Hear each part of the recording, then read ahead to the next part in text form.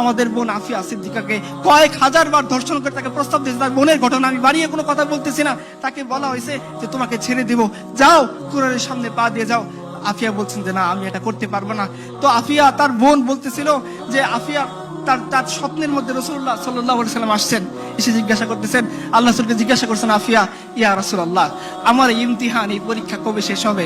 রাসূলুল্লাহ সাল্লাল্লাহু আলাইহি ওয়াসাল্লাম বলেন, এটা তোমার ইমতিহান না, এটা আমার উম্মতের পরীক্ষা।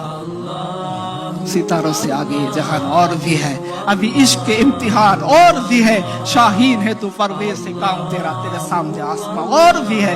মুসলিম উম্মাহ, তিনি বলছিলেন তখন যখন আমেরিকার ফৌজিরা তাকে জিজ্ঞাসা করে, তিনি একটা অভিমান করে কথা বলছেন যে আমি এভাবে কুরআনের উপর পা দিয়ে যাব না, আমাকে সারানোর জন্য মোহাম্মদ বিন কাসেম আসবে।